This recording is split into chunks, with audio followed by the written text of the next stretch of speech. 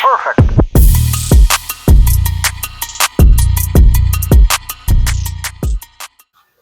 All right, so we got our door skin here. So whenever you get your door skin, you're going to take it out of the box. Don't take for granted that this thing could be damaged. So the first thing you're always going to do is you're going to take it out of the box. So you're going to sit it on your sawhorse or your stand or whatever it is that you're working on. And you want to make sure you give it a good once over. Look it over good. Make sure there's no damage to this thing, because even though it is brand new, we get them every day. We get parts that are brand new and they're damaged. And another thing too, you'll notice how I've got it laying on this stand.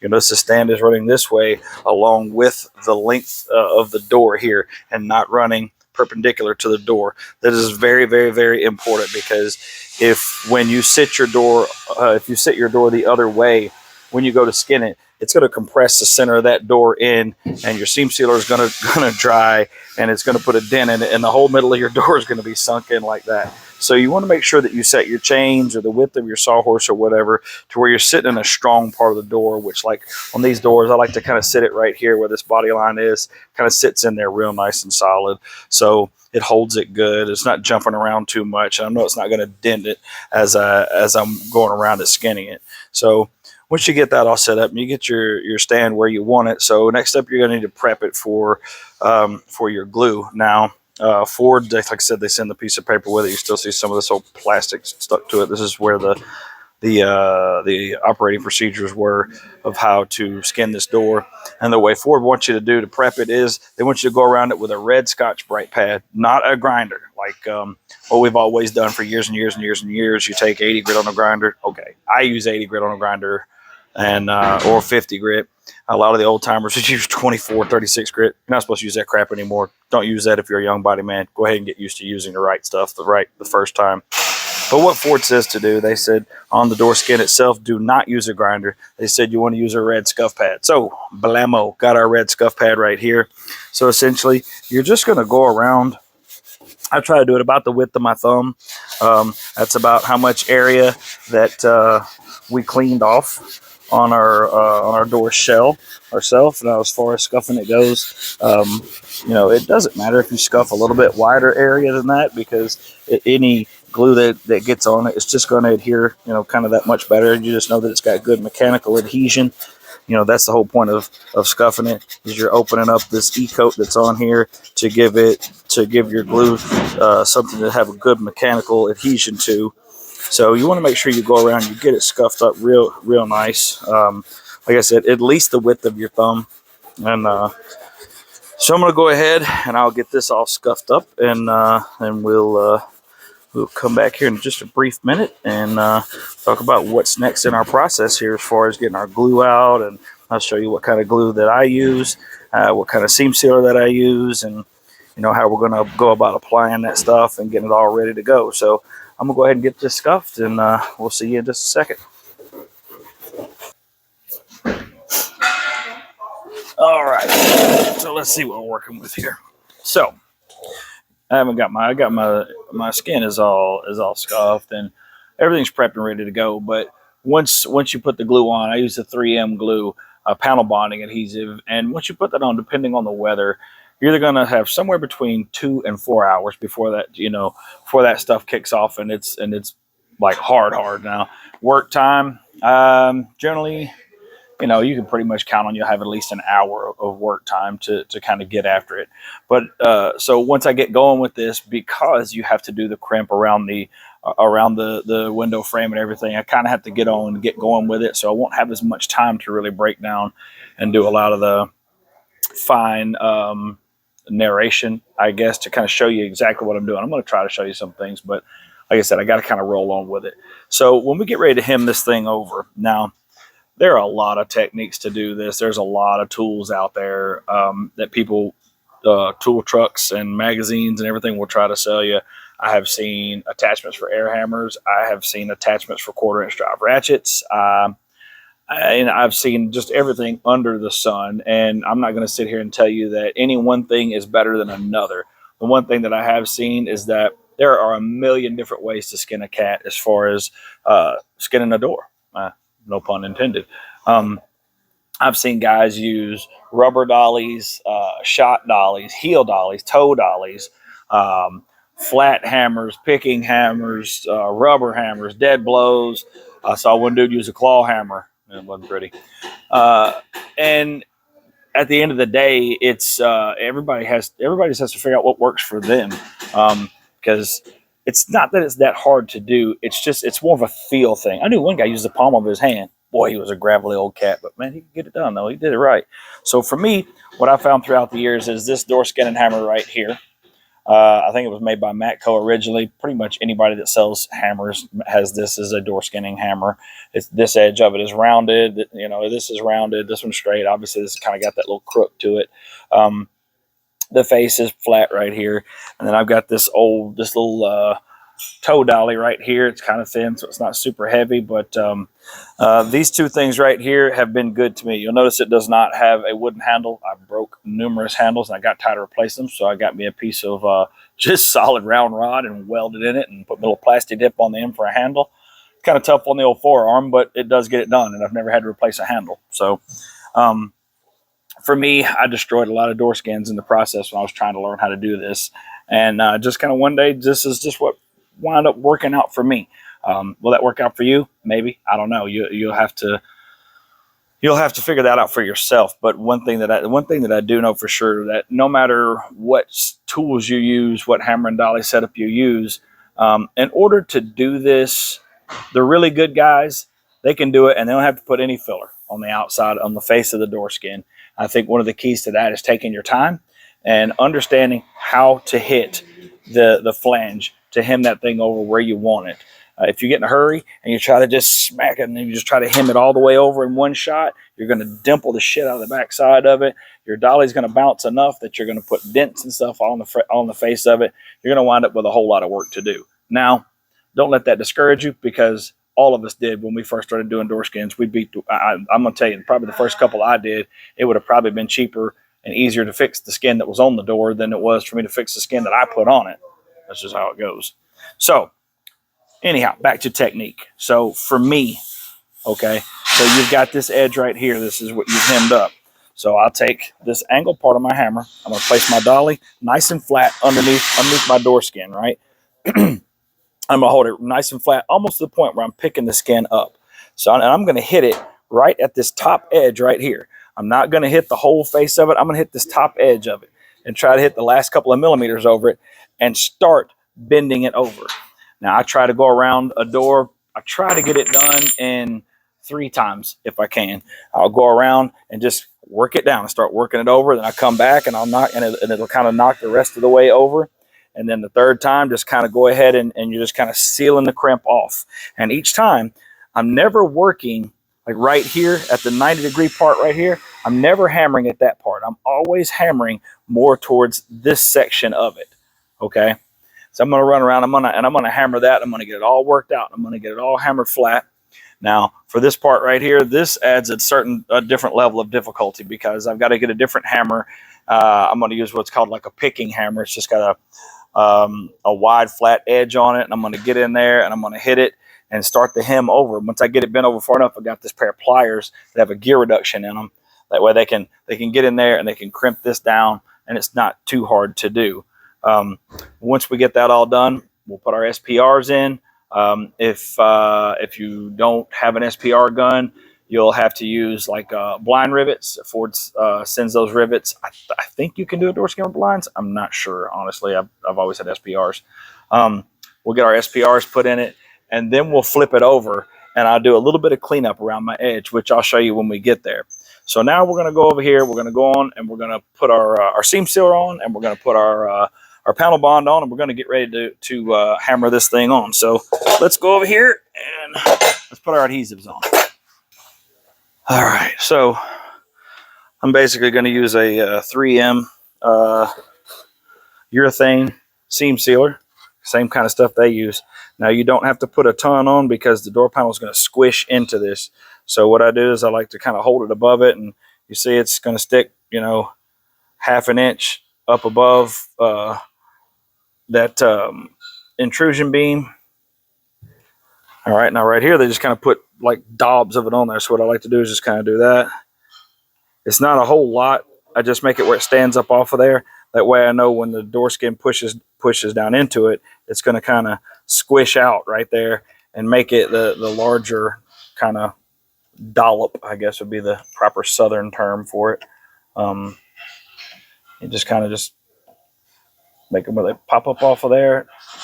It squishes down real nice, does the job, keeps our door nice and quiet, gives some strength and rigidity so this thing doesn't vibrate and wobble when the air blows across it. Or not wobble, but vibrate. Can't think of a better word for it. And this stuff, this stuff isn't super expensive, but it is very, very, very necessary to keep your door nice and quiet and to add strength and rigidity to it.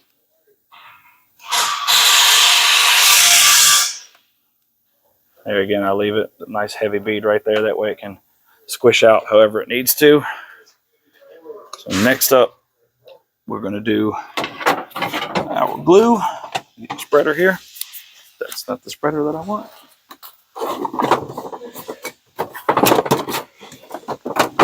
There it is. All right, so let's go over here to our door skin now. All right, now I always do my urethane seam sealer first because that stuff is not a two-part. It is just a urethane seam sealer, and it dries by the humidity in the air.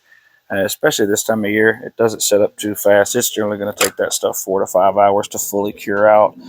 So I like to get it on first, that way, because it's not going to hurt it any to just kind of sit and wait until I can get back to it. Now, this glue, on the other hand, like I said before, it is a two-part stuff. So you have to, once you put it on, you got to be ready to get on with it. So what we do is you just kind of squirt out a bead of it all the way around your skin. I don't know if this tube's going to be enough or not. Hopefully it will. It's going to be close. I've got another tube ready over there just in case, and tips. But you're going to squirt out a bead of this stuff all the way around. Oh. Definitely could put that a little further from that truck, couldn't I? Then you're going to come back once you get it you get your bead squirted all the way around. Oh yeah, this is definitely not going to be enough. And right here, I always put a little bit more because this is where the SPRs go. And just between you, me, and a doorstop, this glue is like about 25 times stronger than these SPRs are anyway. But while you got a nice little bit larger edge there you can work with, I like to put a little bit more on it. Oh man, this is just not going to be enough. It's going to be real close though. Maybe I can make it. Nah, there ain't no way. So once you get this stuff all squirted out, you're going to come back with a like a little Bondo spreader. I've got one that I've got cut down right here that so close. Crap. Ran out. Let me go get a tube. All right. Got me a fresh tube here right quick like.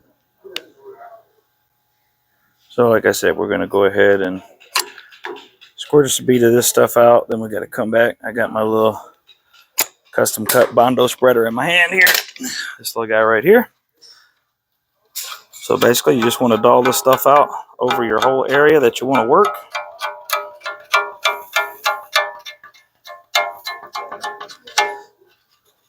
Doesn't have to be real heavy. Like I said, you're going to crimp this stuff down. It ain't going anywhere.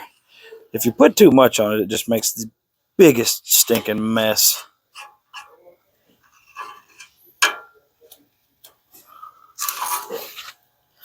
But make sure you get it, put it everywhere where you're making good contact here.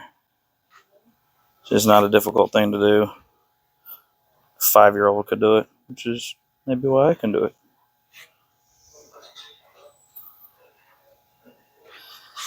I have really bad OCD, so I need to make sure that it covers the entire area very nicely. Now I've also got my vice grips that I'm going to be using to kind of hold this dude in place. When I do my setup for my tools, everything, I kind of get everything at the ready alert here. That way I can just run with it once I get this glue dolled out everywhere. Because there again, we are on a little bit of a time crunch.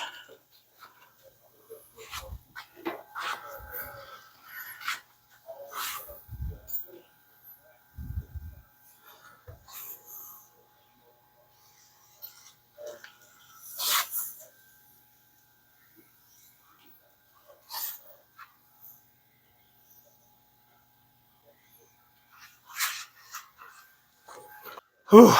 All right, so this is where I am different than a lot of other people, because you'll see some people who have the shelf sitting straight up, facing up on a stand. I prefer to pick the door shelf up and sit it on my skin. I hook the bottom of it just like that and roll this guy down and into place the way I want. And the reason why I like doing that is because if you put the skin on the door, now when you try to skin it, you're hammering up. I don't care to swing the hammer up. That just seems like it's not very fun to me. Now you'll notice the top of this door right here, it does not want to come up here and sit in place. So I got a couple of paint paddles that I've just cut off short. And I got these little vice grips right here. I just set them real loose. I mean, just enough to kind of hold that guy in place. I'm not really crimping it very hard. It's just holding the top of that up in place. So now, as far as locating the door goes, this is one of those areas where I think people really overthink it a lot. So you've got a hole right here. Let me make sure you can see that. Oh yeah. So you've got a hole right here where your belt molding, the screw for your belt molding is going to go on. So I like to look through that hole, make sure it's centered up on the hole on my skin right here, because you can actually clamp your vice grips down underneath it, because that area is hidden by the belt molding. So I like to pull it up. This won't be a pain above here. There we go. Pull it up till it's centered in the hole. And I center it not only up and down, but front to rear as well. That way, that hole can't move. The belt molding's got to go in that spot. No two ways about it. Now, the key with this glue too is you're allowed to slide it, but you are not allowed to separate it. So now, the next thing is where all the SPRs go. So what I want to do is I like to put vice grips where on top of every factory spot where there was an SPR. Now the reason why I do that is because, like right now, my skin is located where I want it to be, but putting the SPRs in is going to be one of the last things that I do. But I want to make sure that this area is good and crimped in place and not going to move right now while I go ahead and hem the door skin on. So I'll go ahead and put vice grips on top of every one of the factory SPRs. That way it's clamped in place nicely, and then I can come back. And when I come back with my SPR gun, all I got to do is go right next to where the vice grips are. I don't even have to remove the vice grips, and I can put my SPRs in place where they go.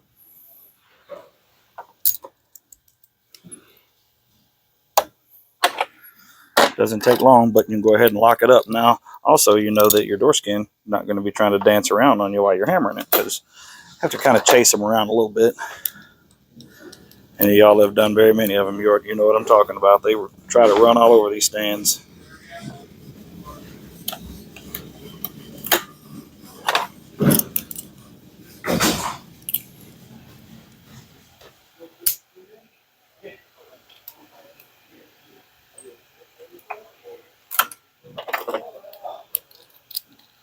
You got to have a lot of vice grips to do this job.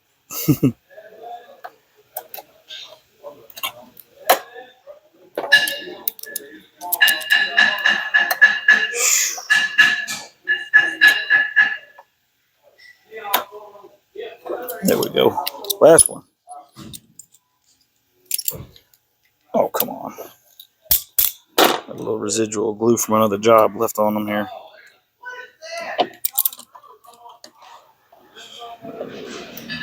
Boom. All right. Now, stick these over the side and check. I'm happy with where I'm sitting out on my hole there. All right. Now we got to get to hammering here. Whew. All right. So a lot of this is going to be time lapse, because I know you don't want to hear this just constant tapping in your ear. So remember what I said about where I hit it, and try to watch as we go. Oh, wait, I did forget. Now, here's what I like to do. I've got these. These are good at reaching over. Oh, crap, really? This has got a little glue on it too. So I will go over inside right here where the belt molding goes and clamp that. Now what these two are going to do is they're going to help to hold the door. I say help. It's still probably going to move some, but they will help to hold the door right here on the stand where I want it to sit while I hammer it. So now, I always start at the bottom. I don't know why, I just do. I always have. So here we go. Well, there you go. Hopefully you saw that's that first time around. You can see how I went ahead and just tapped her down. I'm not trying to go all at once, just trying to kind of get it started good. See, it's still, now on the bottom, I'm going to go ahead and come back across it one more time just to kind of help it steady, because this is wanting to kind of pull up and out just a little bit. Now you don't have to swing super hard, just hard enough to start bending this thing over here.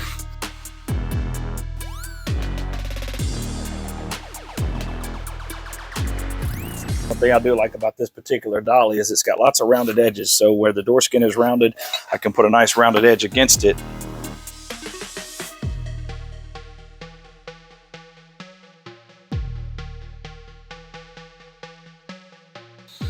Now, you see I already got some glue on my dolly here.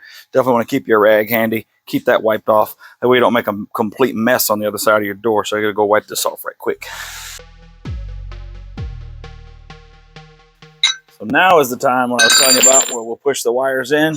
So we'll go ahead and push them inside our door now. That way they're out of our way.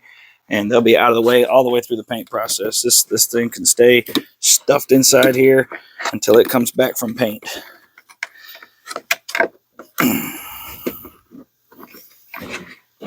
Come on.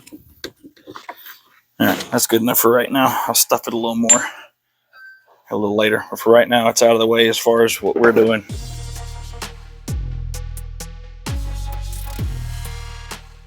Phew, okay. So there we go. There's our first time around. We got our crimp kind of started. She is holding in place.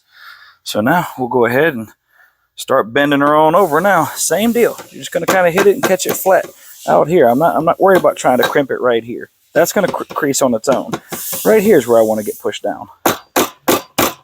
Now on your corners right here, I try to knock them over as best I can. Usually I'd rather leave them a little bit sharp and come back and sand them to smooth them over, because if you try to get too crazy hemming them over, you're either going to make your corners short, or you're going to make it poke out on the other side, because that metal just winds up with nowhere to go. Okay, so you don't have to swing super hard, just hard enough to hem that thing over. It doesn't take a whole lot. This is where the being patient part, taking your time, really makes all the difference in how your door skin comes out.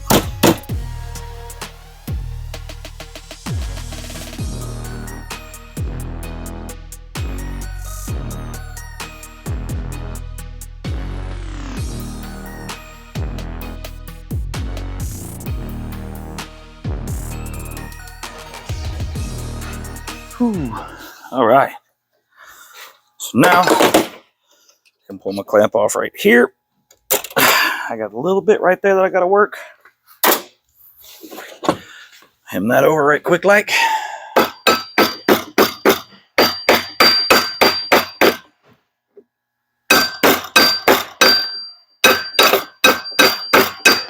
All right.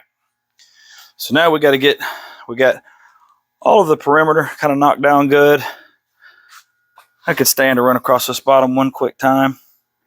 But everything is, for the most part, kind of crimped. So I'm going to swap up dollies, and I'm going to go to this heel dolly right here, to this guy, and this picking hammer. There's that little head I was telling you about.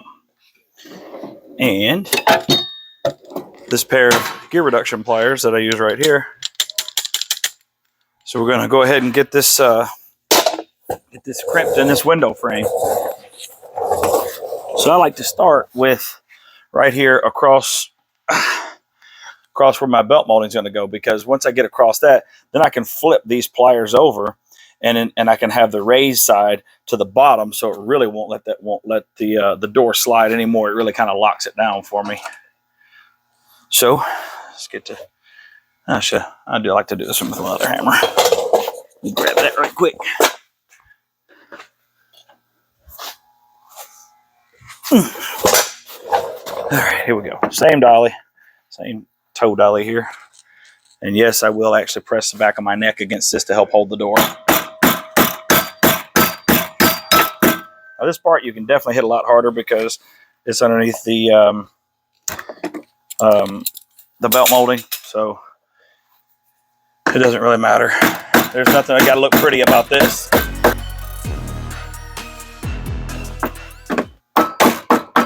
There we go. That crimp is done nicely. So now I can flip these pliers over, put this raised side where it's to the outside, and it'll kind of hook onto this stand I got right here. So when I take these off, hopefully it won't move around a whole lot. These guys I got to kind of bend out of the way a bit so I can get my hammer in here to do some whappering.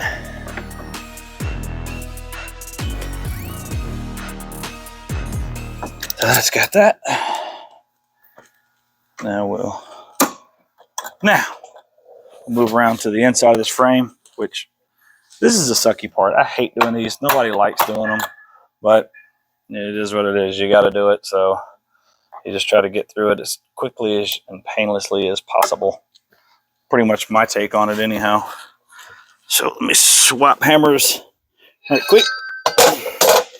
So my goal with this, I'm going to hit it the same way I hit the outside edge out here to start that crimp over.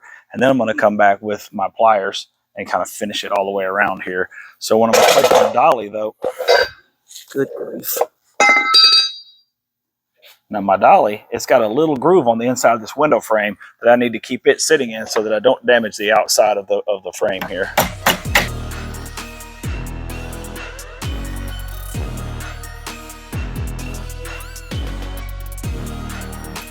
Whew. I'd be lying to you if I told you this don't make the old forearm and the shoulder nice and warm and tired.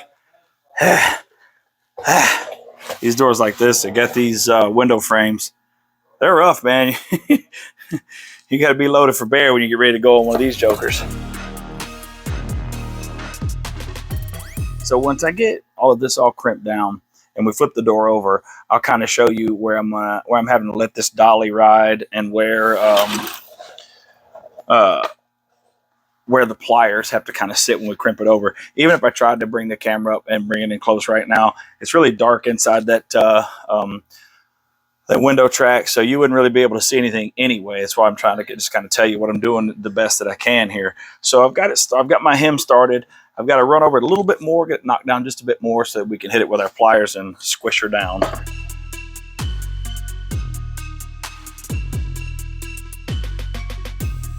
So now, luckily I got these pliers. They got like a gear reduction to them, so it's pretty cool. I just try to work them, in about inch and a half at a time, that way I've got a good overlap there. That way I make sure I get it all crimped nice and evenly. Comes out, looks really nice. Easy to do. You don't have to be He-Man to do it. You see me using two hands right now. It's because my right arm is a little tired. It's a lot of hammering. And when you get to this turn right here at the top of the window frame, you got to go little smaller increments, because if you mess around and you get this out on the edge of the window frame, you can squeeze a little dimple into it and screw things up for yourself here. And that sucks, because you got to have an otherwise really nice door skinning job that you could mess up and have to do some work on it just because you got in a hurry. And I move about 1/4 of an inch at a time around this to make sure that I get it all crimped real nice and evenly.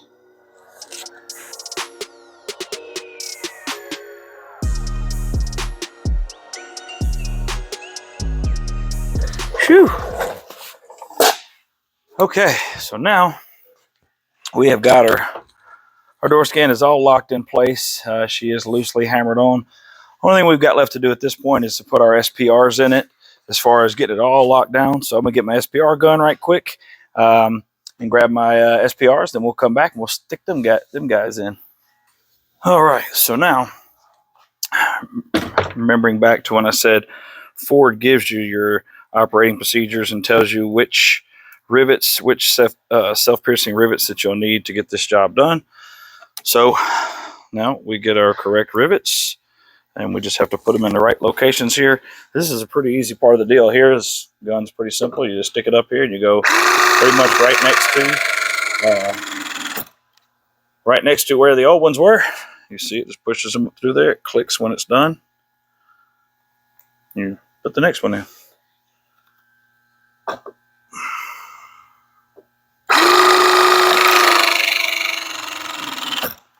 It's a pretty simple operation overall. The problem with it is that this gun costs $15,000. So in order to do that pretty simple operation, you need a very expensive tool. Kind of sucks, but such is life. This is kind of what they do to make you take it to a Ford dealership, I reckon.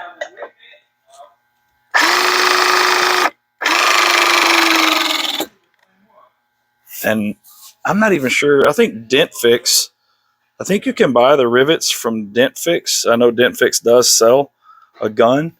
I don't know anything about their gun or their rivets. I don't know if they're like, I don't know, Ford approved or whatever you might say. But it is somewhere, if you're interested in getting one, you could look to. I do know that they do sell one. I don't know that anybody wants to spend that kind of cash on one, but just in case you did, now you know.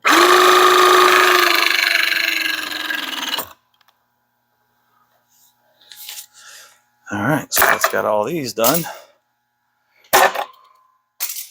Because once they're in, they are in. Got more to do over here. That guy's done. Find one more shorty. I'm not going to call out and tell you what rivets go where. I'm just doing it because I've done so many of them. I know which ones go where. You'll just have to read your instructions when you get them from Ford. I do this all day, every day. So, you know, for me, it's no big deal. I know exactly what goes where.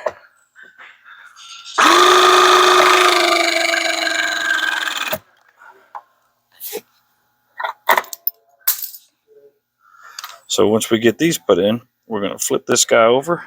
Or actually, we'll go around it, and I'll get a good once over and look at all my everywhere that I hammered in, and make sure everything, you know, is the way I want it.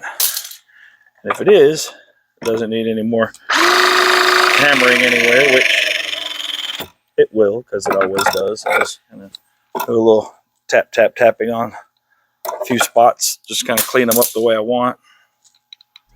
Just about done here.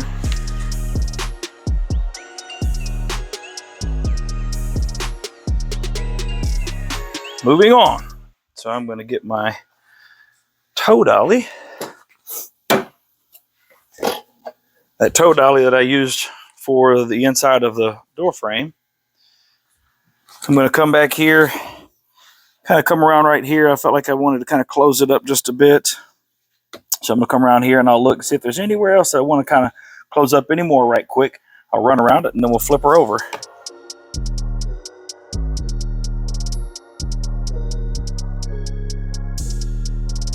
All right, well, everything looks pretty good. Let's roll this guy over. Now, when I flip it over, I'm going to turn the door, and I'm going to lay it where this part of the door, where the door is running parallel to the stand, because that's going to be a bit more solid for what I'm doing at this next point. I don't have to worry about the door running around. Oh, I can flip it over the way it is. It'll be fine. Luckily, this door is aluminum, so it's not super heavy. All right, so let me show you this. Show you what we're working with here. So most body man wouldn't do this, but this is just raw hammered right now. Okay. Now it is certainly not perfect.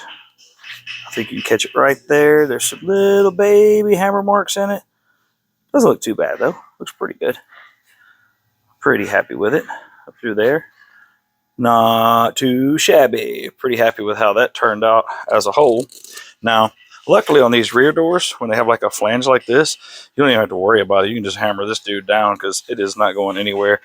It's not going to look pretty. That metal's all so tight right there, you're not going to dent it and beat it up. So what I like to do from this point now, let me sit you back up here so I can kind of show you what I got planned. Boop. All right, so now what I like to do from this point is I'll go around. Normally, if I've got some glue squish out or if I've gotten some on my dolly, I'll go around and make sure I wipe all that off with a little solvent and clean that glue off good. Everything looks good all around here. So what I'll do is I'll go around, I'll kind of feel it and see if I feel or see anywhere that's got like any excessive hammer marks or anything, which I'm actually real happy with it right now. I don't see anything that really needs to be tapped out too much. Now, what I'll do generally is I'll come around, I'll take this toe dolly and I'll turn it kind of right on its side just like this. Now, I'll tap right on this edge right here. And what that's going to do is it's going to kind of flatten out any of the little bitty dings that I put from the outside in. I just kind of run around it like this. Now, I'm only going to do this from this body line really up this back of the door right here, because this is all curved and everything. This metal's tight. Even if there was like a little bitty hammer mark there, nobody's ever going to notice it. Plus, we're going to sand it anyway and get that out. But I just like to do this. It makes me feel good. It makes me feel like I got any little imperfections worked out of it.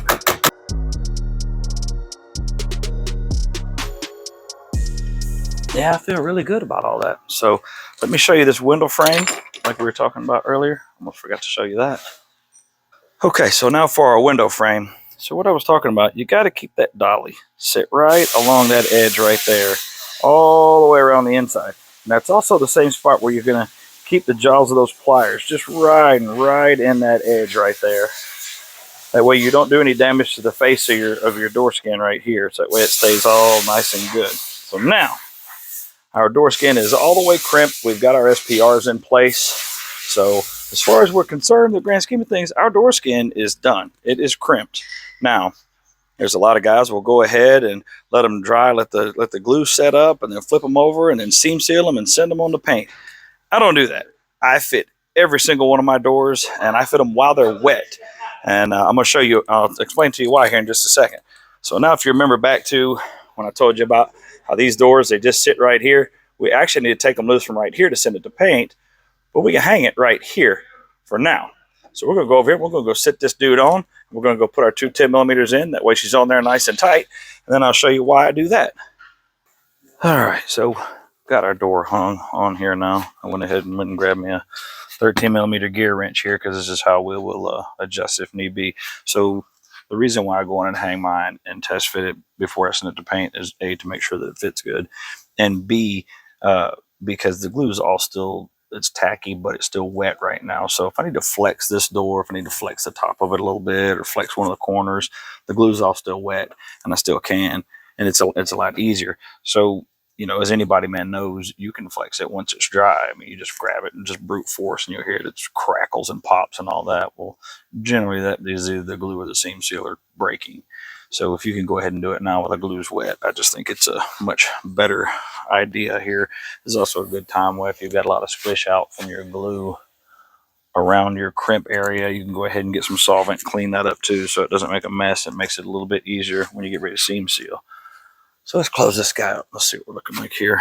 So don't just slam it shut, because even though it should fit right back where it was, you never know. You did just put a fresh door skin on it. So we are lined up good to our striker. Everything looks all right, not hitting anywhere. So, hey, not too shabby. I'm real happy with that. That's nice. That's real nice. Now, the bottom of this door is out just a shade, but it's took a pretty good hit in the middle. This door is movable, so I don't worry too much about it as long as I line up good to my quarter, or not a quarter, my cab corner back here, because this is immovable. I'm real happy with that. That looks nice. I could probably tighten my striker up just a touch, just to sink it in just a little bit. So if I just kind of lean on it just a touch, it makes it absolutely perfect. Like, I'm super happy with that. But So just lucky I don't have to flex any on this one. These window frames are notorious for you having to grab them and just kind of bend them and flex them to kind of really get them exactly where you want them. But I'm real happy with that. Turned out really good. That is skinning a rear door on an F-150. So next, I'm going to let this sit up. I'm going to call it a day and let this sit up overnight. Let this glue get hard. We'll come back in the morning and I'll show you how to do all the finish work on it to get it ready to send it on around to the paint shop. So see you in the morning. All right, so here we are the next day. You see we got the door popped back off. Got it sitting on a stand right here. So now to kind of finish out our door skin, the face of our door skin here, and get it prepped for paint. So when you hammer these on, even if you do a really good job, which this one turned out really nice, you're going to have little baby dimples, just kind of little baby hammer marks that are going to be right on the edge there because, well, nobody's perfect. A lot of times you will. So what I like to do with that is I like to take a 80 grit roll-lock disc on my grinder right here. And use an 80 grit because it's not going to cut it down really fast. And actually this one's actually kind of used. I try to find a used one if I can. And I'm going to go and I'm going to hold it as flat as I can. I'm just going to run right on the edge right here to knock those little baby high spots off. And then we're going to come back with 80 grit on a DA and sand that out, smooth those scratches out.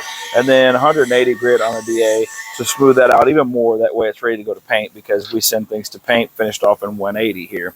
Now I got some little scratches right here on the inside of our door frame. I'll go around with some 180 grit and I'll sand those out as well. Just kind of clean it all up. That way, it keeps the painter happy and, all is well. Oop, eye protection.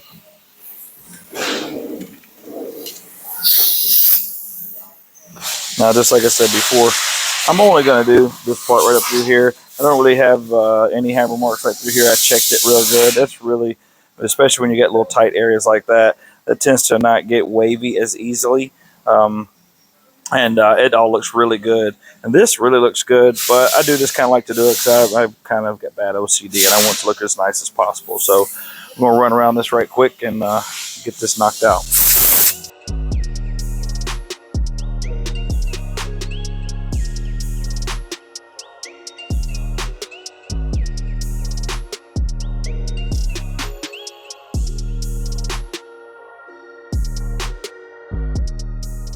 Now, when you sand over this with your DA, you just want to work just this kind of small area here, and you want to hold it as flat as possible. You're just trying to knock out your hammer marks and kind of smooth it down, and then sand out your grinder marks right here, kind of a twofold type of.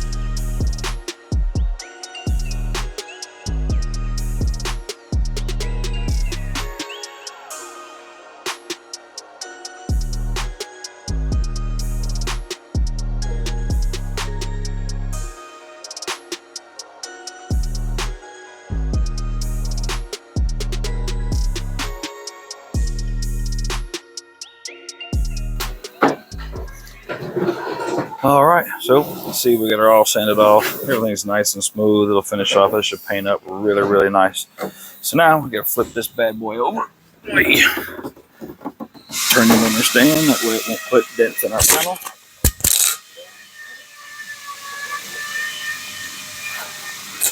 Knock my mic off. So make sure we get it sitting right on our stand like we talked about yesterday. So now we're going to set up the seam seal this bad boy. So now what I want to do from here is I'm going to get a red scuff pad. So remember we did our kind of rough finish work on it yesterday. So now what I want to do is I want to get me a red scuff pad. Now, this is another one of those things that you don't necessarily have to do, but I kind of just like to do it. Just makes me feel better.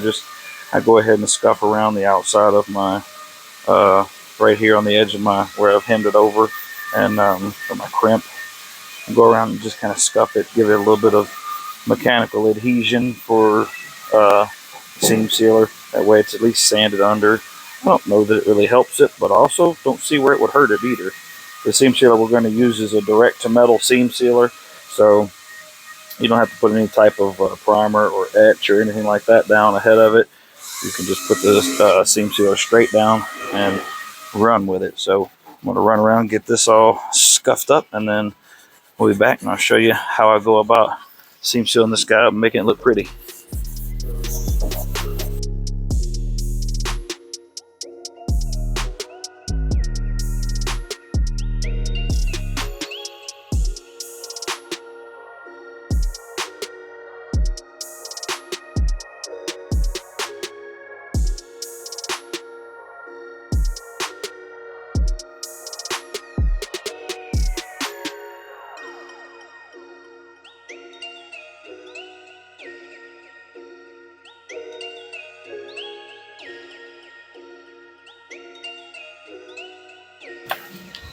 All right, so now we've reached the point where we're done hanging the door and taking it on off the truck, so we're going to pop off these hinges.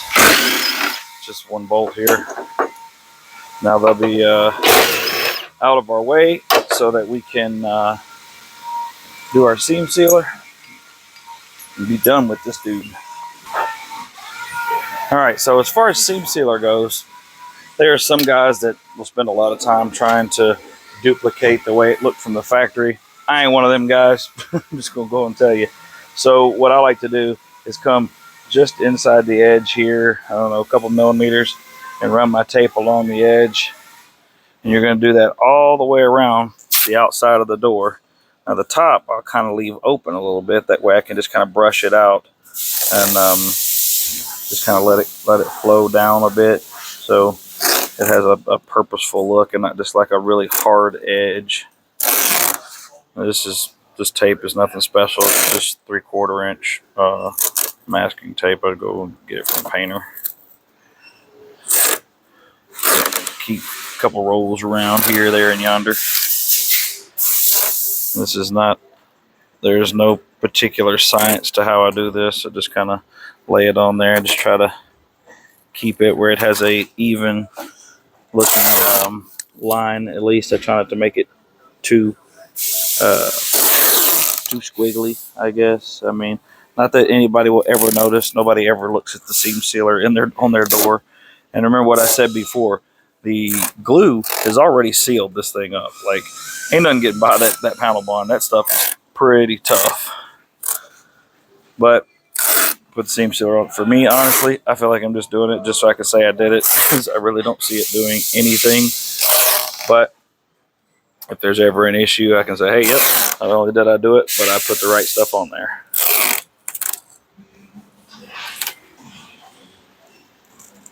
And I just realized that I had you zoomed in so far that you couldn't even see what I was doing that entire time.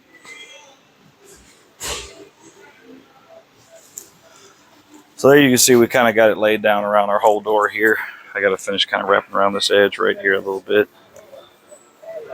And then just kind of open it up so it can flare out just like the other side. Now, kind of set you up right here where you can kind of see what I'm going to do from there. So now I'm going to come just inside that. So now I'm going to come just inside that with a with another line of tape here. You'll see it when I get around there, and just lay it down. Kind of, you're just basically making a dam. That way you can squirt your seam sealer in there in between the two areas, and come back and spread it with a like a little acid brush or a chemical brush. Some people use a little cut down Bondo spreader. You can use that. That will work as well. You know, everybody kind of figures their own way that they like to do it. I like to use a chemical brush, just simple. We've got them. So, and then like right here on the corners, I don't make it a hard point. I kind of try to round it off if I can. Sometimes it works, sometimes it does not. And I make sure that I come just a little bit wider than where the factory seam sealer was. That way there's not just a hard, ugly line right there. That's always my goal.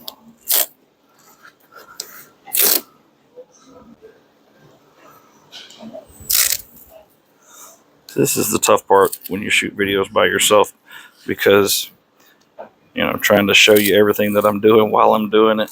You know, if I could actually make any money doing this, I could afford to pay somebody to follow me around and shoot it, zoom in on things and all that good stuff. But you see right here where I'm coming just inside, you can see the old seam sealer line there, and I'm going to come just outside of it there, kind of bend my tape so it'll lay in this little groove here. I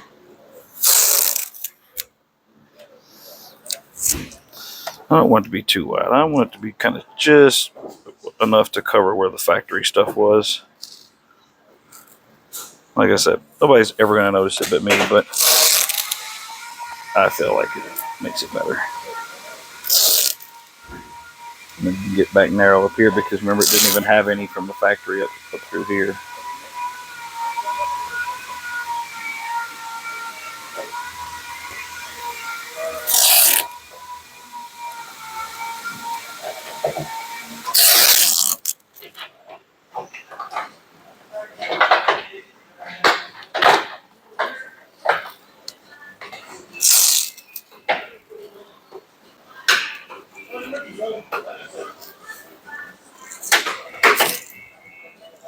All right, so there we go. There's that. Just enough tape.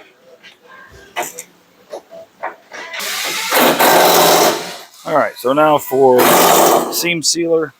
What I use here is a 3M bare metal seam sealer. It's a little bit flowable, not really. It's not going to do a whole lot. So the key, like when I do this, is I try not to put a real heavy bead. I want it to spread thin, because the thinner it spreads, when you pull this tape up after you do it, you want to pull the tape up while it's still wet. And then if you spread it thinner, the edge of your line will kind of lay down a bit, so it doesn't look so pronounced and just kind of gaudy and chunky.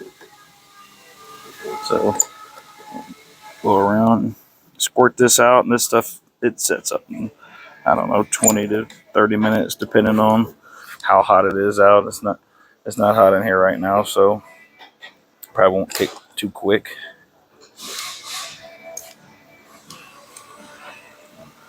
Try to just put enough on there so I can spread it real good. It'll cover all the area that I need, and then be good to go.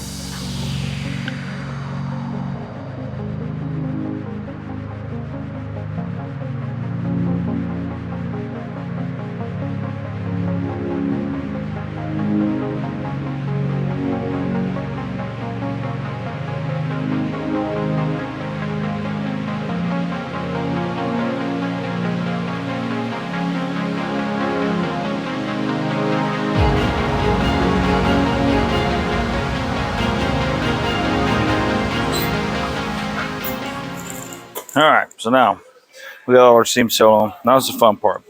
Now I pull the tape off and I pull it away from my seam sealer. Now this is the fun part, because you got to try to pull it off and not get this crap all over you if you're stubborn like me and you don't want to go get some gloves.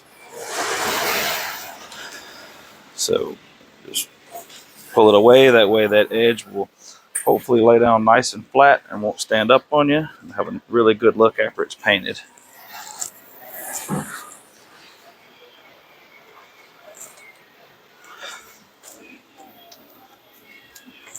Alright, let's grab this one. Same deal. Pull it away from the seam sealer. Well, hopefully that edge will lay down flat.